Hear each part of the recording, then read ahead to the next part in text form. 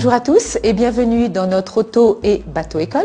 L'auto-école des Aravis existe depuis 1963 et le bateau-école a été créé la même année. Depuis tout ce temps, nous formons nos élèves au permis voiture, soit en formation traditionnelle pour le permis B ou en formation en conduite accompagnée, que l'on appelle aussi le permis AAC.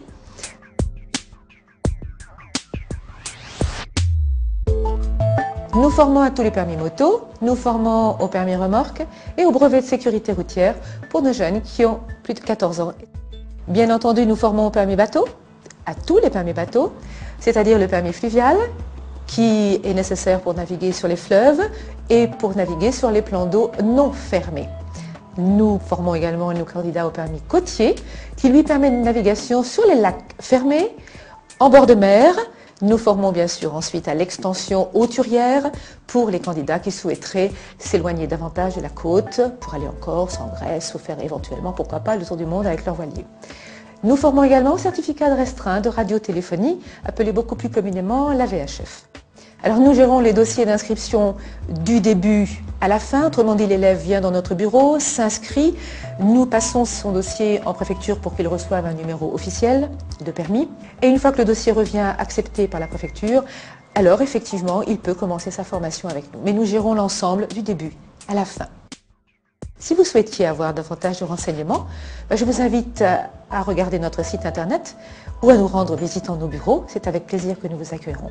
À très bientôt. Merci.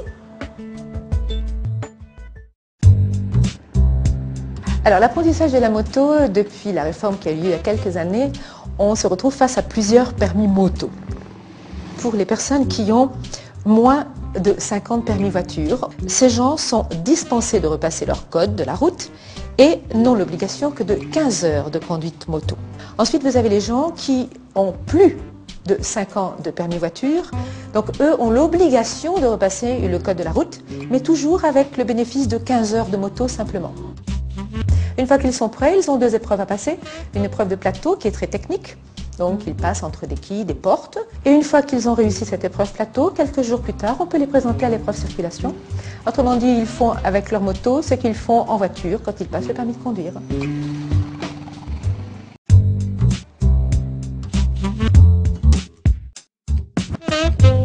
Pour le permis remorque, les premières difficultés sont pour les gens qui malheureusement doivent repasser leur code de la route. Pour eux, c'est toujours une épreuve énorme, qu'ils imaginent insurmontable. Et une fois qu'ils ont tenu leur examen, comme par hasard, ils trouvent, comme tout le monde, qu'il serait bien nécessaire que chacun repasse une petite épreuve du code tous les 10 ans, parce qu'ils s'aperçoivent qu'ils avaient beaucoup de carences. Au niveau de la technique du permis remorque, elle n'est pas si compliquée. Elle est technique, comme je viens de vous le dire, mais on donne le nombre d'heures appropriées pour que l'élève soit prêt, et ça se passe toujours bien.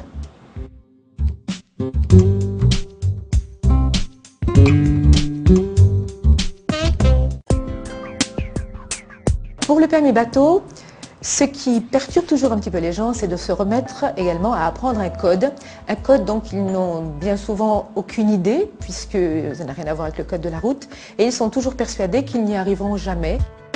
C'est un langage qui ne leur est pas familier, ça n'est pas leur quotidien, mais ils s'y mettent bien. En réalité, il est nettement moins compliqué, pour ma part en tout cas, que le permis voiture, et ils s'en sortent toujours très bien. Ils sont bien préparés, ils peuvent venir réviser le temps qu'ils souhaitent, de façon à être prêts pour l'examen.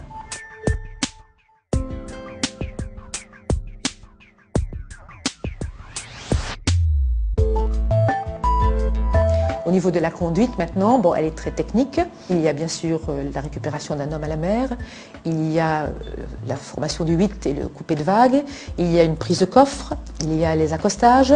Enfin, toutes ces techniques qui sont apprises pendant les 4 heures de cours obligatoires que l'on donne, et cela est dispensé par mon époux qui est le moniteur.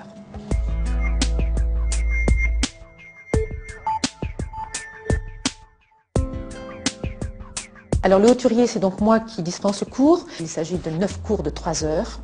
Et pendant ces cours, les élèves travaillent sur la carte. Ils apprennent à tracer une route, à porter des relèvements, à trouver un point, à donner une position en mer, à porter des courants de marée. Ensuite, on travaille la météo. Voilà. Et après tout ça, on les présente à l'examen. Et les 27 heures sont bien remplies.